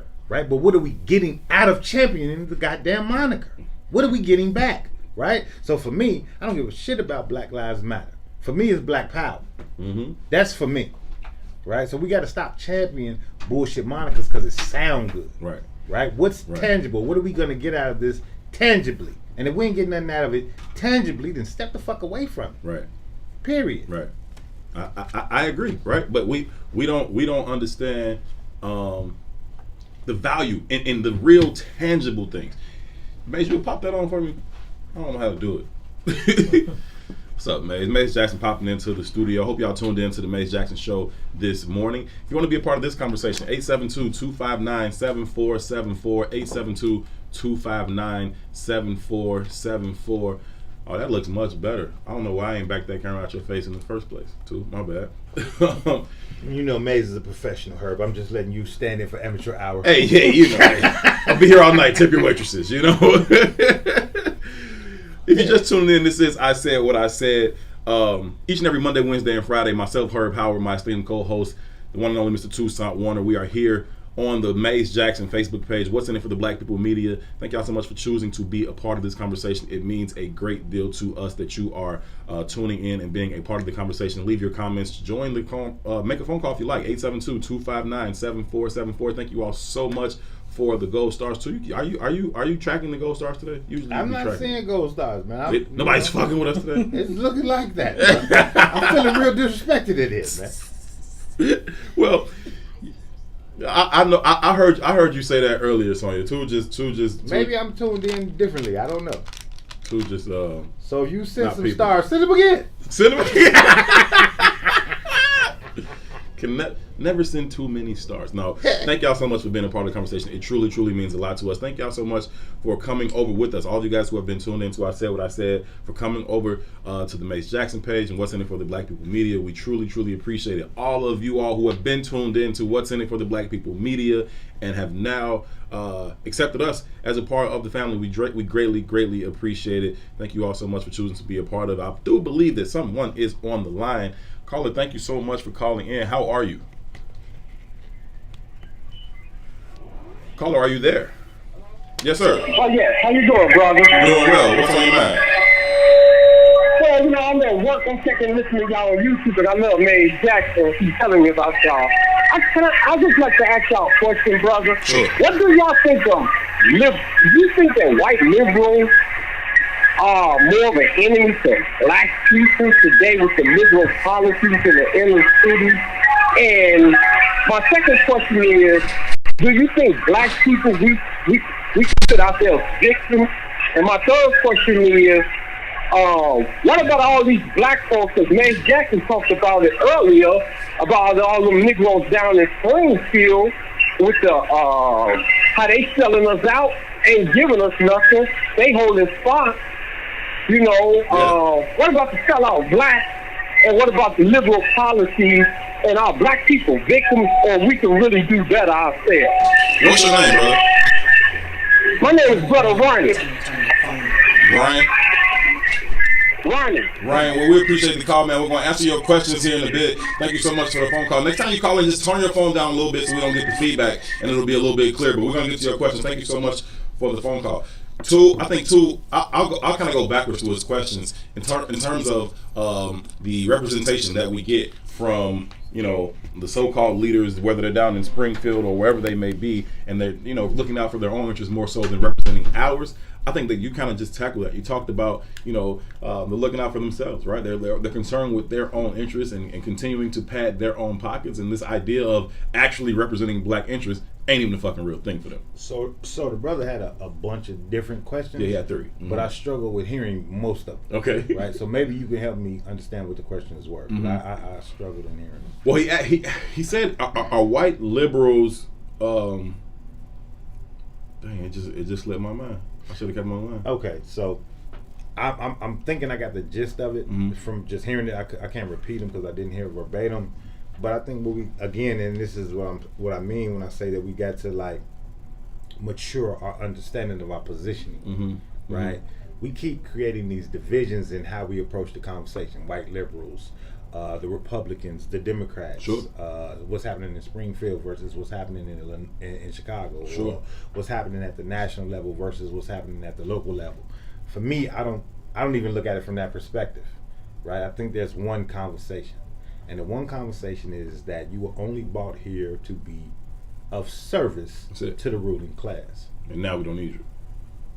Regardless, you were only brought here to be of service of the ruling class. It don't matter where you live. It don't matter if you're in California, if you're in New York. It don't matter if you're in Cedar Rapids, Iowa. It doesn't matter. You were brought here to be as service to the ruling class. Sure. Now that's the ruling class's goal, right? To keep you in a position of servitude, or when they're tired of your servitude, to get you the fuck up off the plantation. Period. I'm not interested in you anymore. Period. Right? So our positioning has to be one of, are we going to accept servitude or are we not? How do we obtain power? This is a power. All of them conversations are all power conversations, not acceptance conversations. Those are different conversations. Do you want power or do you want acceptance? The ruling class is already defined. They're not even offering you acceptance. Right? They're ruling, and you're here to be ruled. Period. Right? You got to decide if you're okay with being ruled, or do you want to take whatever the necessary steps are to obtain power. What's the most prevailing question in the history of mankind? Can you whoop my ass though? It's the only question that matters. Right? So in that vein, we keep having these divided conversations. Well, this is happening with Springfield, and this is how the liberals feel. Man, I don't give a fuck. Here's my jersey. Right. This is the team I'm with. Right. Let's win the damn ball game. Period. I don't give a shit who we matching up against. Right. Every team that matches up against us is the ops. Right. And I came here to kick all their ass. Right. And until we get that kind of a mindset, we're gonna keep having these divided ass conversations, trying to find our space in the construct. Right? You ain't looking to win with your team. You looking to get traded on. Mm-hmm.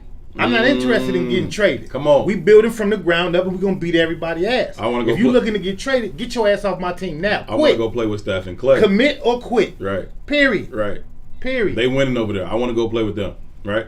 It's the new way of doing things. Right. You see it in sports all the time. Right. You Kevin Durant. Even though I'm already on a team where it's me, Russell Westbrook, James Harden. Right. Fuck that. They winning right now. I want to go play with Steph and Clay. Right? Because I want to win right now. I'm not trying to build it. I'm not trying to work on it. I'm trying to win right now. Sonya, you are the best, man. I love the NBA music in the background. That's super dope.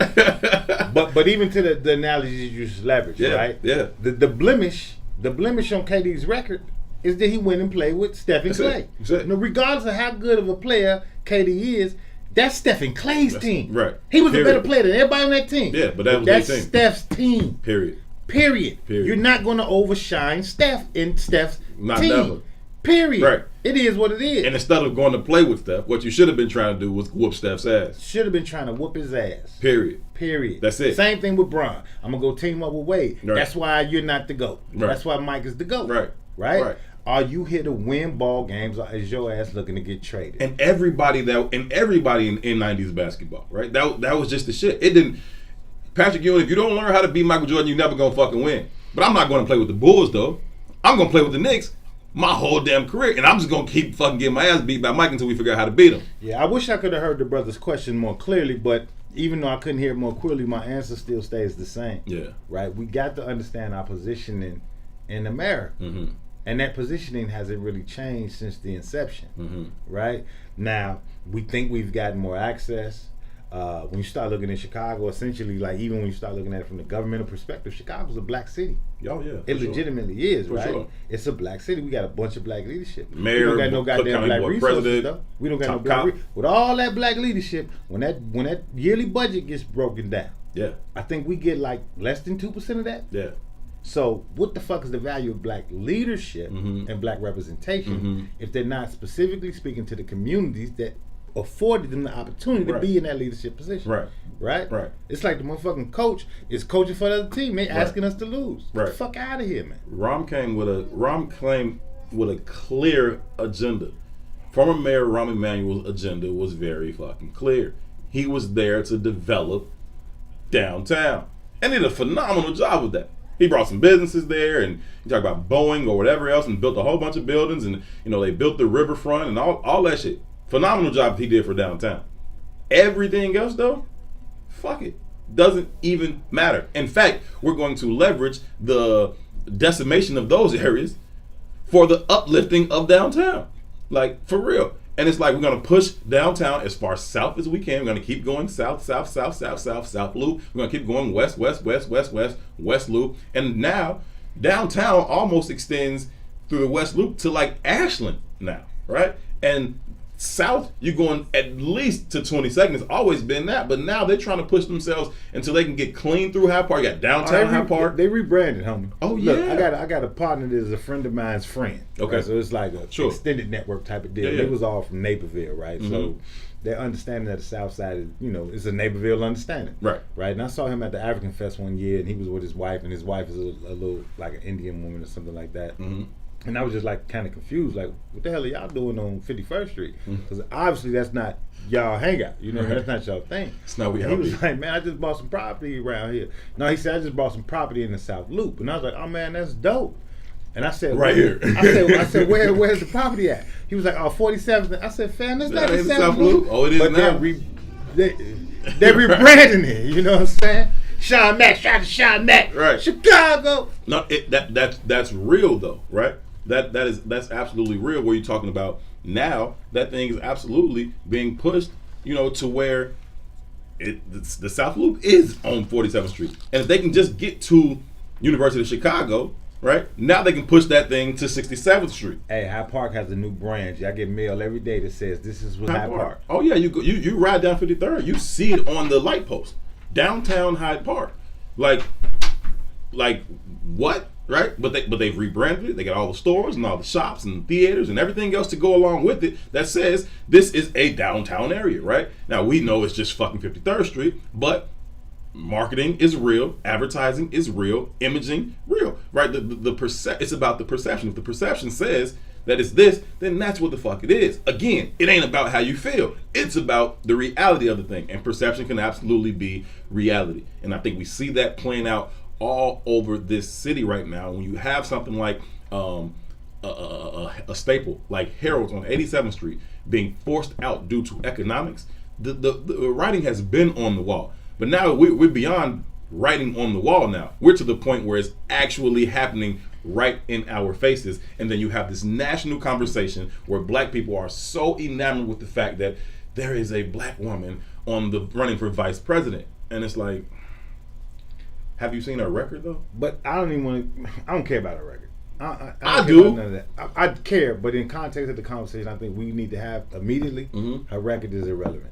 Her blackness is almost irrelevant in a lot of ways. But even before we get to that point, I want to read this comment real quick from Susan Peters, because one, she supports what I'm saying, and she's intelligent.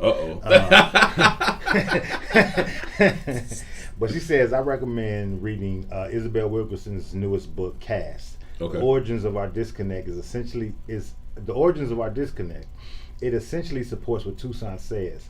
We were brought here to build America and permanently placed in a lower caste into which we could never escape, nor the next generations, which means no matter how intelligent, how rich, or how talented you are never to escape. And we haven't grasped that yet. No. Right? And the only way to escape it is to conquer it. Period. That's it. Conquer it. That's it. That's it. That's it. Like you aren't gonna go from the poorest player in Monopoly to the richest player because you play the game well. You can't play it well enough. Man, listen, if we were playing and I gifted my son or my daughter, let's say my daughter who's 11, if I gifted her all of my properties and I had the wealth of the properties on the board, if you didn't, you can't compete. Period. No matter how smart you are, man. It don't matter how many times you roll doubles. It don't matter. It doesn't matter. It doesn't matter. You're locked out. It's just that simple. It doesn't matter. You're locked out. So in order to win that game, what you got to do is flip that motherfucker over. You got to flip the fucking board over. That's all you got to do. We're not playing. We're going to start this over. I'm not playing. Fuck this You're not game. playing. Fuck this shit. Right? That's what looting and rioting looks like. There you go. Fuck this shit. Yeah. Nobody cares about your glass or your merchandise. I don't give a shit no more. Fuck Your rules don't apply no more. Burn this shit down. Now I really am a savage. Right. Now it really is every man for itself. And now, can you whoop my ass becomes the barometer of success. Can you or not, right? Can you whoop my ass or not? And if you can't whoop my ass, then you will never have power over me ever again. Period. Period. That sister put it so.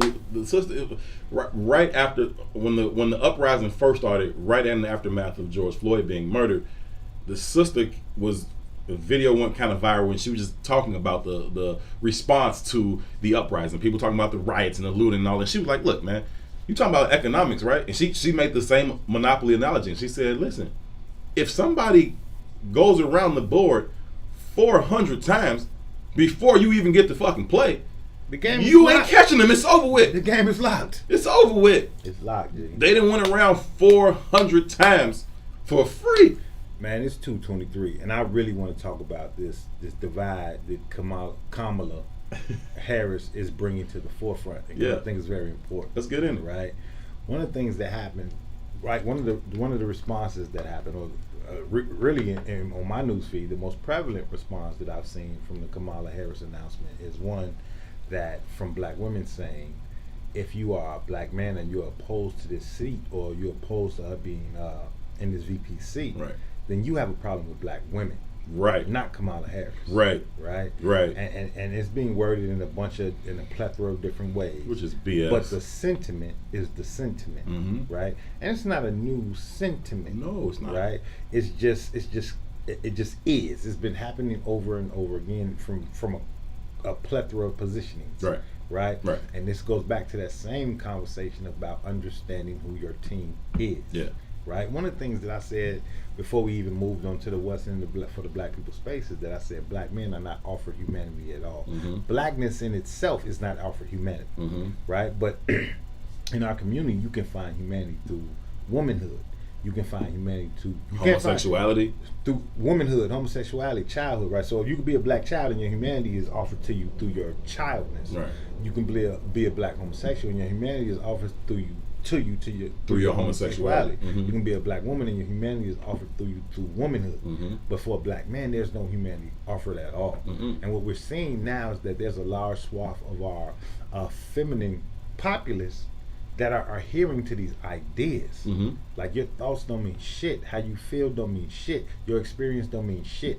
If you ain't with us in this very surface ass thought, Mm-hmm. then you're worthless. Right. Right? It's like I can't even challenge a thought. Now if you get into the very nature of the history of Kamala Harris, Sure. she shitted on you too. Oh yes.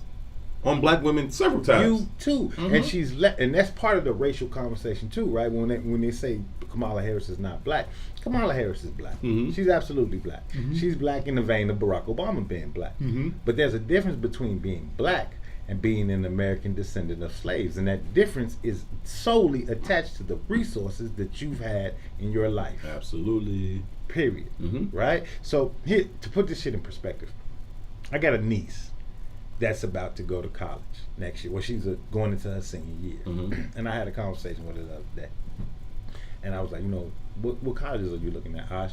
And she was telling me the colleges she's interested in. And it's like Georgetown and all these top tier schools. And I was Sure. like, damn, man, that's dope. Right. Man, I hope you get into whatever one is your choice. She was like Georgetown, Brown, Right. UCLA. Right. Right? Now, Asha's parents are very well to do. Mm-hmm. They are very well to do because they got an investment from someone else in our family and it leveraged their corporation to be built and it grows out and grows out. Sure. Right? When you start looking at the poverty that most American descendants of slaves come through, there's no opportunity for investment. Mm-hmm. Right? So Mm-hmm. just in the context of having a conversation with my niece about the colleges of her choice, Mm-hmm. and it dawned on me, Mm-hmm. I'm 44 years old. Mm-hmm. I don't know one graduate of a Georgetown. Mm. I don't know I don't even know anybody who's attended a UCLA. Mm-hmm. Right? I don't know anybody that I know the black colleges. I know a few of those graduates, right? But when you start talking about the top tier schools, Sure. and Talking I about don't even Penn mean and Brown or whatever. just those schools, not even the Harvards and the Yales, Right. not that. Okay. But I don't. Every black person that I know that even has attended school has attended at some very minimal kind of level school not because of their intellect level, No. not because of their skill, but No. because that's all they could Access. Right. That's all they could access. And the very difference that my niece has experienced is that she's coming from a parent of means. Mm-hmm. And her access looks incredibly different. Mm-hmm. And her experience is incredibly different. Mm-hmm. Right? Mm-hmm. So when you start thinking about Kamala Harris, whose mama was an executive in the 60s. Mm-hmm. Kamala Harris had a passport and spent time in India in the 60s. It Right. wasn't another black person in America that was, their ass wasn't going to Wisconsin. Right. Let alone India, right? So the experience is different. But that's neither here nor there either. But my problem is that in this moment, that black male, that black female divide that we're seeing is kind of reminiscent of, not even reminiscent, but it's kind of like symbolic of how disillusioned we are about who the hell our team really is. Yes. And I don't know how to get beyond that because they are leveraging and getting power out of these new positions, Oh, absolutely. right? And it's giving them a power and leverage in our community. And really, here's something we also need to talk about. Mm-hmm. We live inside of a patriarchy, Oh. right? But our community has never been a patriarchy. No. It's a matriarchy. Wrapped inside of a But national. we keep lying to ourselves saying that black men are patriarchs. Right. That's not true. Nah. It's just not It's true. about Big Mama in here. Right. It just is, right? But we leverage these white narratives to keep us, and they give us these white narratives Oh yeah. to keep us in a position of powerlessness. Sure. It just is. I don't know how to get beyond that. I think the only thing we can do is tell the truth. I think the only thing that you can continue to do is speak the truth in the way that the way that you do, the way that we do here on this show. I think that speaking the truth eventually, right? The hope is that eventually that shit will get through. But you have to be committed to it because what's going to happen inevitably, invariably for anybody who speaks out and says, well, Kamala Harris really ain't. You know what I'm saying? We really don't need to be championing her in that particular way.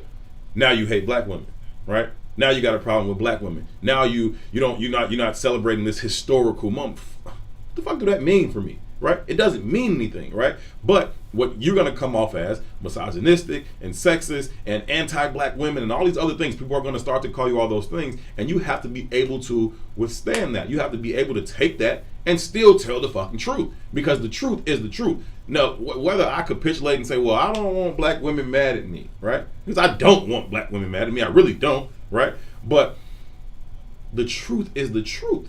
And to just accept otherwise would be to literally to just give in and say, well, fuck it, I throw my hands up at this. I throw the towel in. There's nothing we can do about this. I'm going to let this bullshit continue to permeate throughout the country, into our communities, and continue to allow our communities to become emasculated more and more and more, because there's no such thing as just masculinity now, right? It's all toxic, right? There's nothing good about it. What's the polar opposite word for misogyny? What's the word for if misogyny is, you know, a hate or a distaste or distrust or dislike for women? What's the polar opposite word for that happening to a man? I don't know. Does it exist? It does exist. Okay. It's called misandry, and you've never heard it in the perfect lexicon. I have not. Because it has no intrinsic value. We act as if it can't possibly happen. No, can't. Right? There's a brother who I'm a fan of named Dr. Tommy Curry. Right? And Tommy Curry, I was listening to him the other day, and he had the only black male studied course in all of America at the college level, right? Where you start thinking about like feminism and black feminism and bell hooks and all those conversations, and how there's classes shaped around these conversations, right? But in all of America, there was only one man teaching one class at the university level in all of America. There was only one class, right? So it shows you that we can't. It further propels the idea that there's no possible way that the black male could be putting the black woman in this kind of state of patriarchy. It just can't happen. Right? When you start looking at all the metrics, the black man is at the bottom of the totem pole in all of the metrics. Now, and this is not a cry, woe is us. Woe is us. Right. What I'm saying is that if we're going to continue to operate on this divide, what we're doing is we're ensuring that we'll never grow out of this oppression. We'll never grow out of this oppression. It's impossible. If the only question that really matters, and I do believe that the only question that really matters in regards to obtaining power specifically is, can you whoop my ass though? Well, who becomes that warrior class? Are we going to, for the fellas, are you going to be a coward and depend on our women? Right? Because that's what we're raising. And when we start to look at, when we start to really study feminism and really start to study patriarchy, there was no mention of black men as patriarchs in any feminist studies, before 1980. You know why? Because in all of those feminism studies, black men were accounted to be as feminine and less of a man. Until pretty much bell hooks, and there's another sister, her name escapes me in this moment. Right? So this shit is just a figment of somebody's imagination in a lot of ways. But we're buying into these narratives, and they're further pushing us and propelling us to the back of the conversation, because we still can't figure out what the fuck jersey we're wearing. In this great age of information, we continue to have our thoughts, ideas, and opinions given to us. We are continuing to be programmed, and this is what you should think, this is what you should believe. When I want your opinion, I'll give it to you, and we accept that all the time. We don't control the narratives, we just accept them, and whatever it's pushed down our throats, then we just accept that as being the absolute truth. If you're just tuning in, this is I Said What I Said, each and every Monday, Wednesday, and Friday. Herb Howard, Toussaint Warner here with you live on the Mace Jackson page. What's in it for the Black People Media? Thank you so much for choosing to be a part of the conversation. If you want to call in, feel free to do so. The telephone number here is 872-259-7474, 872-259-7474. As always, your input is valued and appreciated. I do believe that someone is on the line. Caller, thank you so much for calling in. How are you? We're doing quite well, brother. What's your name? My name is Al Watson. I've been replying to a lot of the comments that you all been talking about. Yes. And I just wanted to speak on a couple of the issues. First, to start out, let's go backward. the problems that we're seeming to hear with this masculinity problem that we have in our community now is simply from the lack of black leadership among black men. And when I say black leadership, I mean talking about directly in the home. Women are exposing their children to all of these young boys who are claiming to be men that like to run around, play video games, and do all this other things and all this hip hop stuff, and they'll do anything to get accepted. If you grew up in a household, just imagine as a young man, and your mother had 5 guys over you in your lifetime. Every time she had a new boyfriend, this became your new daddy. Right. This guy might have pervertedly molested the child, but the mother chose not to believe the child or ignore the signs. And when children are not feeling protected, they consider certain things to be the norm. Until somebody tell them it's not the norm. It's for years when I can tell I'm older than you all are. For years, we always had this statement in the black community that we would hate the gay guy, but we would not deal with the child molester. Well, if you deal with the child molester, you will stop the gayness. Because this person is teaching this behavior, is creating this behavior in the community, and nobody wants to say anything about their uncle or their brother who wants to be hush-hush, but now he done put these sexual thoughts in young people's minds. My second thought that I wanted to express is we were talking about looking for help. I believe in the old school. I want to go back to Booker T. Washington. He said that we need to lift our own self up by our own bootstraps so we can move forward.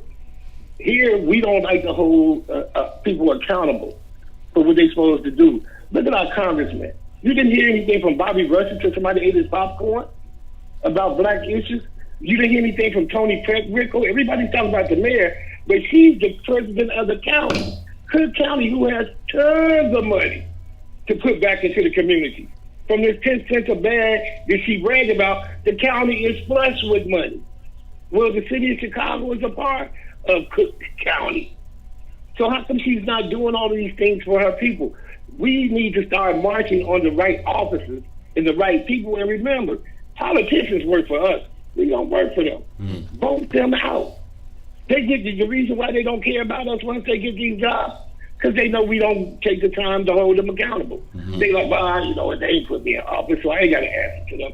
I just wanted to put this out here as some food for thought, or something that maybe you all have on a future ongoing conversation. Yeah. This is the first time I clicked in on you all, but I'll be clicking in with you brothers now for every Monday, Wednesday, and Friday, because I like what you're trying to say to get people involved in the conversation, because that's what it's all about. You need to start talking about it, and we need to deal with these harsh truths that we put ourselves in the condition that we are facing now. Because this is not the same city, the same group of black people were doing around when I was growing up, when everything on the south side of Chicago was black owned and black ran. Well, thank you so much, Brother Al. We truly, truly appreciate you tuning in. Thank you for the kind words and the support. Look forward to hearing from you again sometime very, very soon. So you got any responses to Brother Al?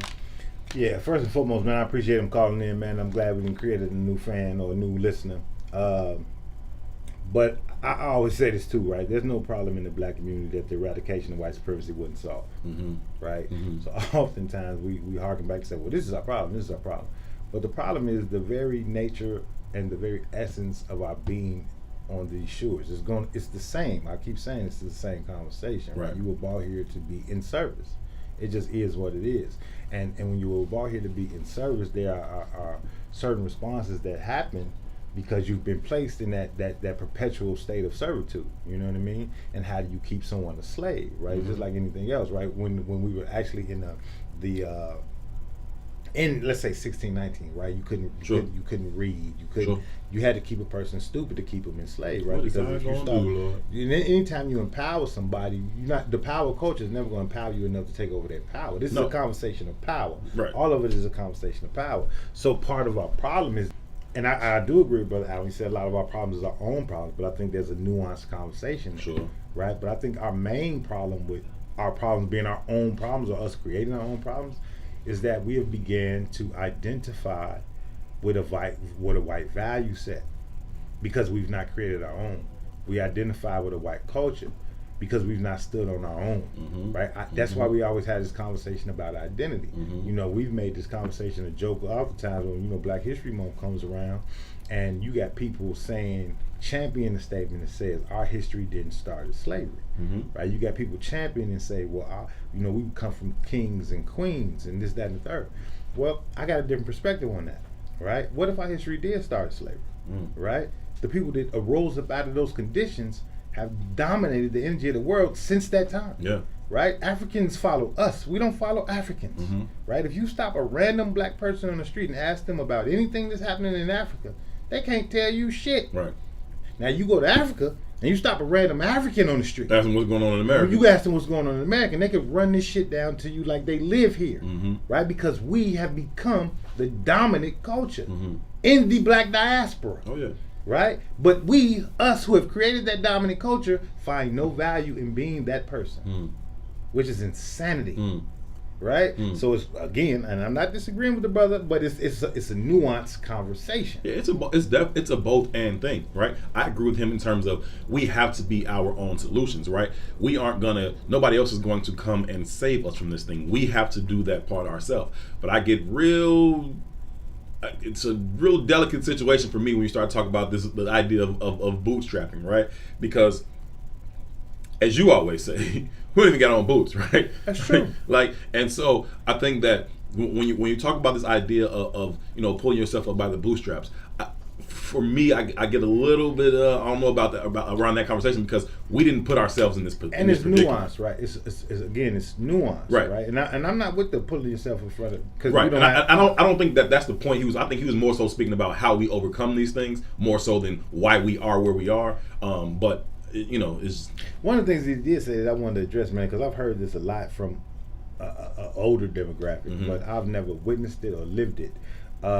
He said, we hate the gay guy, but we won't deal with the child molester, and that's never been my experience, right? From the energies of the people I've known and lived around and dealt with, it's been very different. And I know we have these kind of tropes in our communities that create these kind of understandings, and the narratives are getting shaped. And I oftentimes wonder who's shaping those narratives. I've never seen the child molester get a pass in my community. I actually have. Okay. I've seen it. I've known it to you know, where everybody in the family knows that, you know, a certain member of that family has sexually abused the children in this family, right? Boys, girls, whatever. And for one reason or another, they're still an accepted member of the family. They had all the cookouts. You know what I mean? It's not.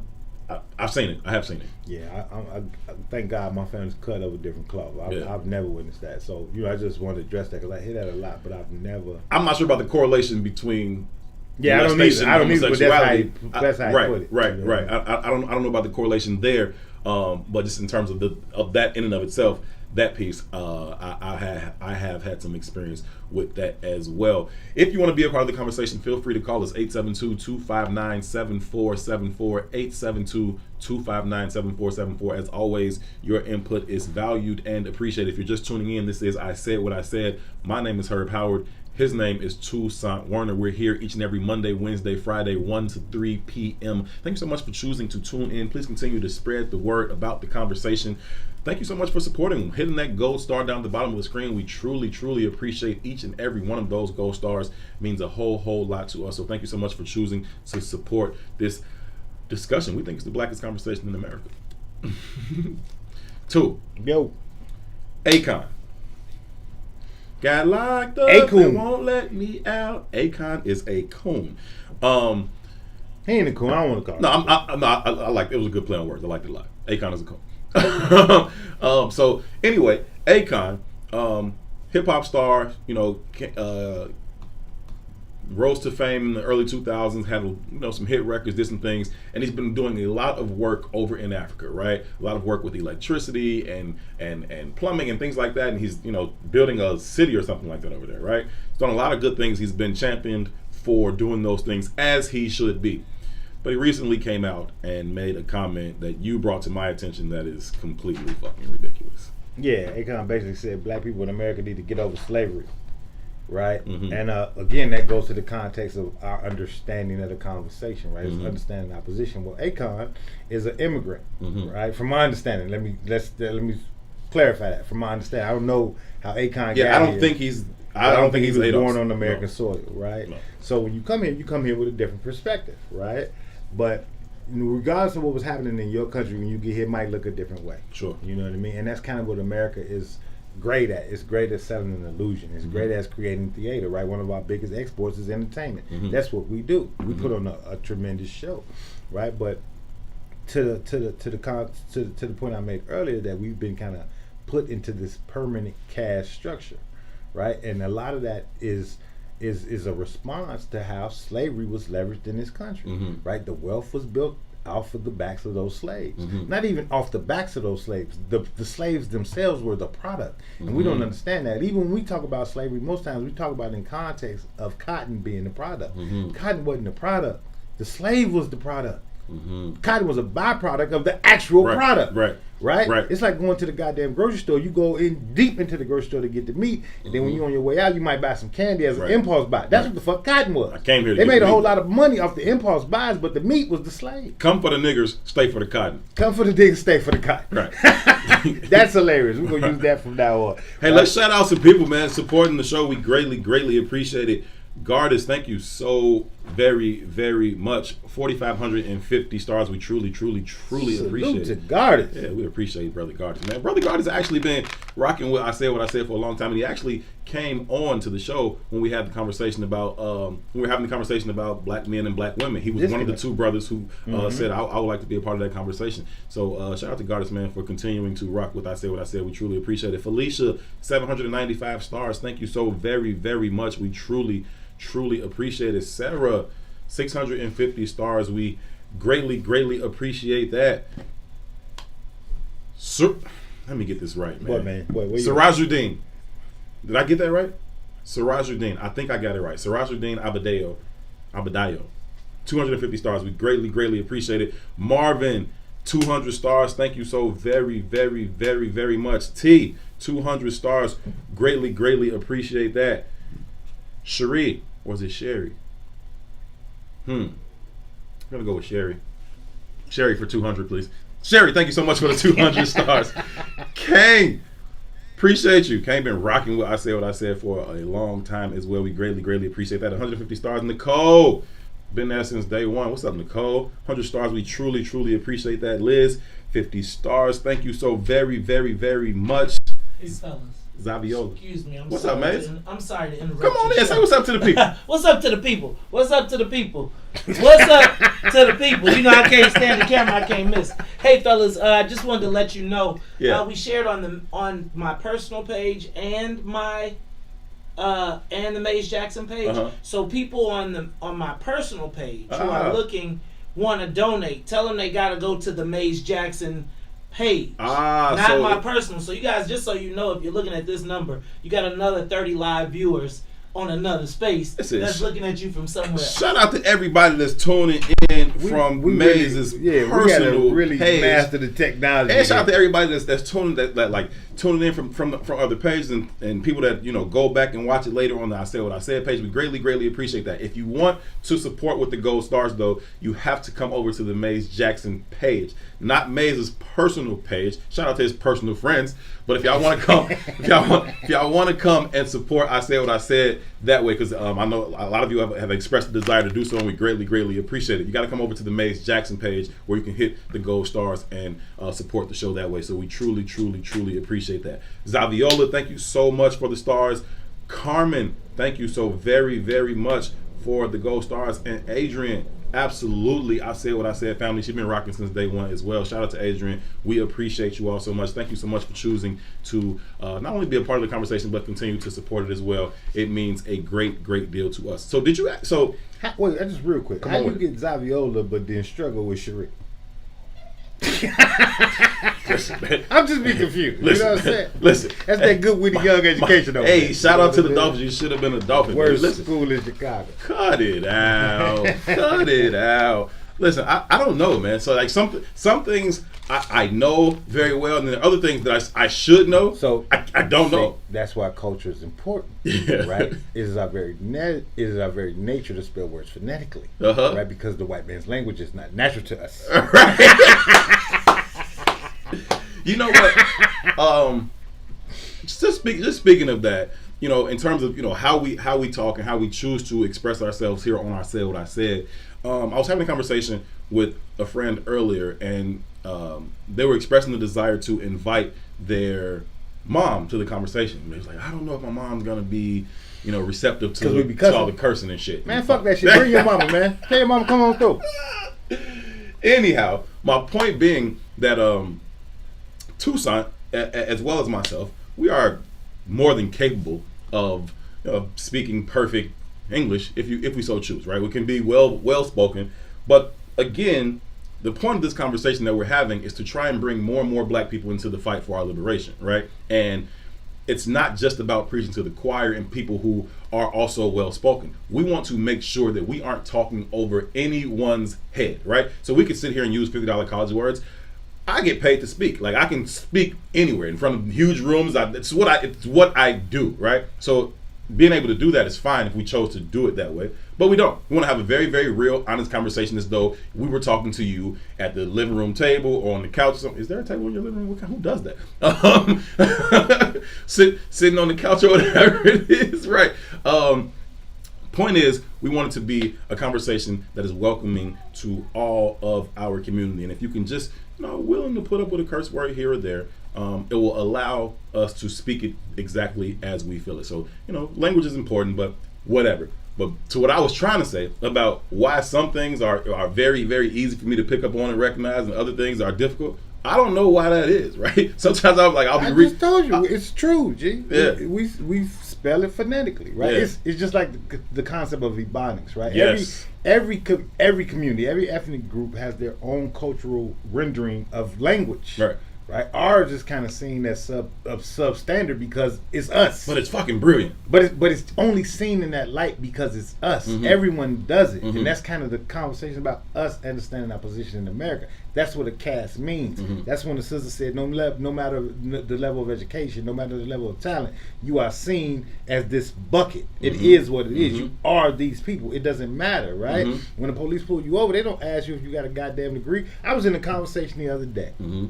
Right now, I rode my bike to a meeting, and it was in the hood, but it was with some people who are elevated, right? Mm-hmm. And they heard me talk, and I could tell they were confused when I started talking. Yeah. I said, man, I know I present a certain kind of way, but Yeah. please don't confuse me as this being the end Right. of this book. Right? But that's exactly what it is, and we respond to that same kind of conditioning. Right. We do. But it's very natural to every ethnicity on the planet. Mm-hmm. Everybody associates or uses, when you in your smaller friend group, Mm-hmm. or the cats you grew up with, the language you use is Different. distinctive to the experiences you Yeah. all have had. Mm-hmm. Right? But just because of who we are, it's kind of shunned. Mm-hmm. Right? That's what I mean. That there is no room to be black in America. No. Right? We got to make room. We capitulate all the time, right? We change our voices, we change our speech pattern, we change the way that we say things, and we do that so that we can be accepted, right? So that we can be looked at as being worthy of being in certain spaces. And I personally think that the onus is on those of us who are who have access to these certain rooms or these certain spaces. I think the onus is on us to be black as hell in those spaces, right? Mm-hmm. Because it ain't somebody from, you know, wherever, right, who it's not someone who doesn't have access to those rooms that is really impacting that narrative in that way, right? It is those amongst us, those black people amongst us who have access to those spaces. When we go in there and we change how we talk and we change how we walk, that's us adding to that's us adding to the narrative or the stereotype about how we should be or how we shouldn't be, right? We have an opportunity to say, listen, everybody else in this room, you know how brilliant I am, you know how capable I am, so I'm gonna talk how the fuck I want to talk. That's us adhering to the rule of powerlessness. Right. We get a phone call from the job about an interview. We pick up the phone. We answer the phone different as hell. Right. Who is this even on the phone? Right. But that's how we are. You know how I spell trying to? No, I don't. TRYNA. Trying to. I'm trying to. I'm trying to like, Politically. like I'm trying to go. I'm trying to do this. I'm trying to do that. Right. I don't know if I've ever said, like, if I wasn't, giving a speech somewhere, or if I wasn't, on some other, platform where I felt like I needed to speak proper English. I don't know if I've ever said trying to. It sounds weird. It's elongated as hell. Why do I gotta say that? But even outside of that conversation, the context of the phonetic spelling or whatever, what the reality of it is that's why this conversation is always nuanced. And I always say there's like this spiritual undergirding that has to take place, right? I'm not necessarily a student of the Bible, but in the Bible they do say that you are what? The son of God, right? And God is what? God is love, right? So and we are what? A reflection of God. And if we just a reflection of God, then I am God. It just is what it is. If I am God, then nothing I do is wrong. I'm God. Period. You understand what I'm saying? So we got to believe and walk in that light. And I think that's where we fall oftentimes, because what we've done is that we've kind of positioned the larger society in the space and place of God, right? That white Jesus in your church ain't just there for the picture. It's there to create a concept in your mind. Yes. You understand what I mean? Yes. And we got to understand that concept is false, which is why we cuss on the show. Because I don't give a fuck about the king's English. Right. I don't got no king. I'm a God. What's a God to a king? What's a king, What's to, a king a God? to a God? Right. You understand what I'm saying? Right. And that's why I'm gonna walk zero-sum reliance. I love they it. say stop spitting on the street. I'm gonna spit on the street as many goddamn times as I can. Right. You don't make the rules for me. Right. I make the rules for me. Right. You know what I mean? Right. What's a lion weight? 3,000 pounds? Something like that. 4,000 pounds? Why the fuck do lions dominate humans? How the hell I'm gonna let another human dominate me? You got your damn mind. I'm a God, right? And we got to live with that philosophy. And it's really just living in love. That's when you really love yourself. It's love. You know it's your truth. It's love. You know what I mean? I know we kind of stepped away from the Akon conversation, but I know we about to get off air in a couple of minutes, and I want to make just a quick statement because Akon could say something like, "You need to get over slavery," right? And it's accepted, right? Nick Cannon said something about the Jewish community the other day, and the Jewish community shut his ass off. Right? This is a conversation about power. Right. Now, Akon is no different than the Jews in regards to the Jewish community in regards to the American descendants of slaves. Right? He's not.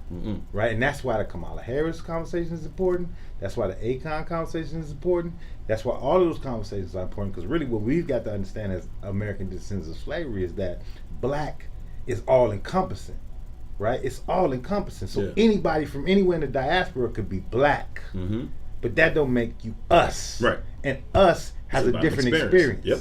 Us has a different value set. Yep. Us has a different connection to this land. The lineage of being the descendant of a slave matters here.